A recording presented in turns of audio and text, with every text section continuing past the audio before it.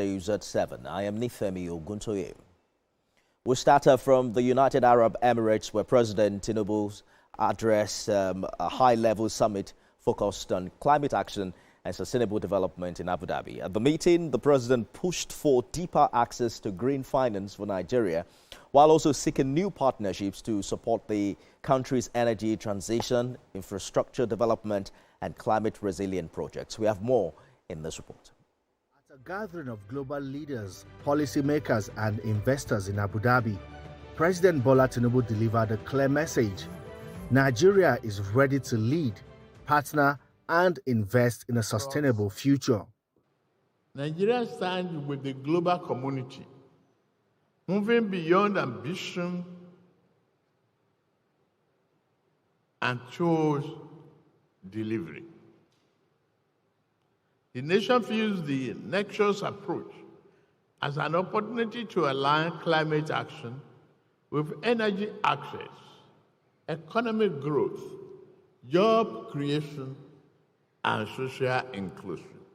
President Tinubu praised the organizers, including partners from the United Arab Emirates and the ASEAN, for creating a platform that connects finance, technology, energy, and human capital, a connection he described as critical to today's sustainability challenge. To translate ambition to impact, we are modernizing Nigeria's energy architecture. The Electricity Act of year 2023 now provides for decentralized, inclusive energy delivery. In practical terms, this means sustainable power to rural communities, off-grid health facilities, educational institutions, markets, and the underserved communities. President Tinubu announced key steps already taken by Nigeria to strengthen climate governance. These include a new national carbon market activation policy and the launch of a national carbon registry to improve emission tracking and transparency. In year 2025, Nigeria took a major regulatory steps to strengthen our climate governance and sustainability. We adopted the National Carbon Market Activation Policy, NCMAP, and launched the National Carbon Registry to improve our measurement, reporting, and verification, MRV, the system and investors' safeguards. As the Sustainability Summit continues in Abu Dhabi, Nigeria is positioning itself not just as a participant, but as a partner, ready to collaborate, innovate, and deliver a greener and more inclusive future. For Nigeria, the message from Abu Dhabi is clear. Sustainability is no longer optional. It is the pathway to growth, opportunity, and long-term prosperity. Femi Akonde, TVC News. Let's now talk to environmentalist Desmond Majakodumi for more on this development. Mr. Majakodumi, thank you for joining us on the news at 7. Mr. President is advocating for climate action without sacrificing economic growth, saying Nigeria will not choose between industrialization and decarbonization. Do you think Nigeria truly can industrialize without increasing carbon emissions, given our current reliance on fossil fuels?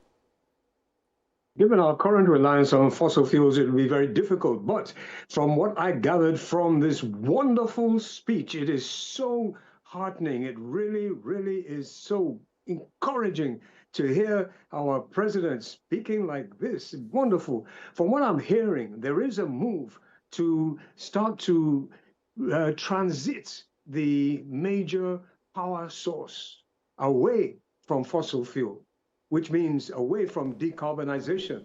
And the reality is that we have all the resources. Is it sunlight? We're on the tropical belt. We have so much sunlight. But we also have wind. which is very, very useful along our coast and the highlands.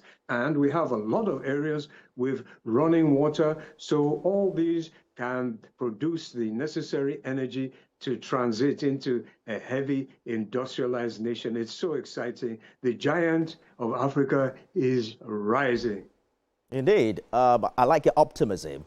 Mr. President also pointed to new climate policies, including the carbon market and national registry. Do these climate policies, in your opinion, have real enforcement power, or are they largely aspirational?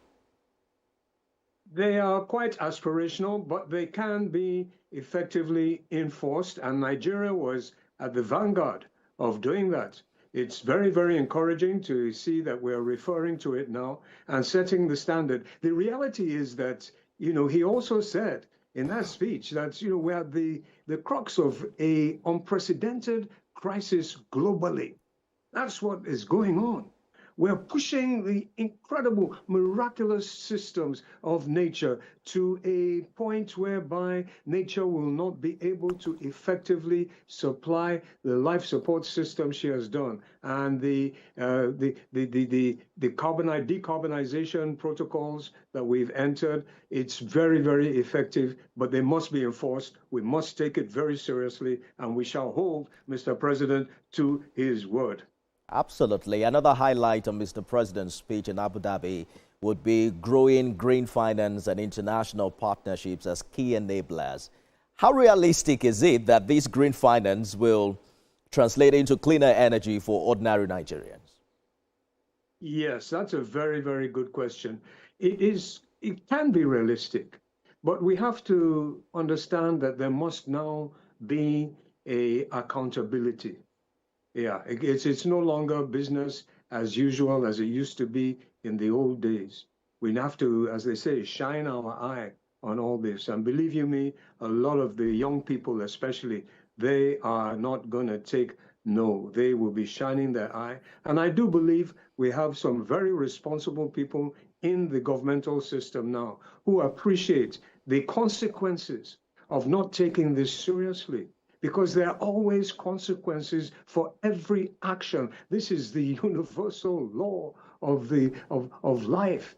You reap what you sow. So I do believe we have enough responsible people in the system, and the young people will ensure that they hold them responsible for making the right decisions and ensuring that consequences will occur if they do not follow up on these decisions effectively enough. It's just a matter of monitoring it effectively, and we're seeing that beginning to start now.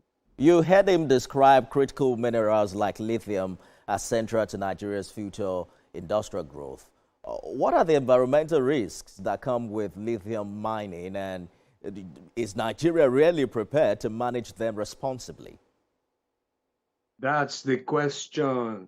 In the past, we have not seen responsible mining at all. The amount of corruption that has been going on in the mining sector has been horrendous, and it has caused a lot of environmental damage. But again, with the right type of people doing it in the right way and understanding that there are basic fundamental principles, as I referred to earlier, universal principles, which are clearly reflected in all our scripture.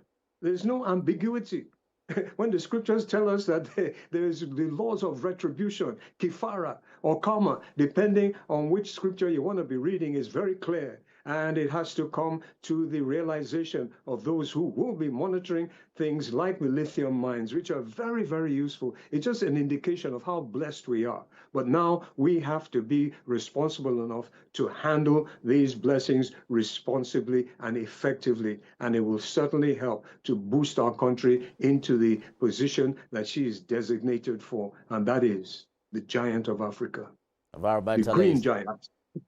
Desmond Madia Kudubi, thank you for your insight always. My pleasure.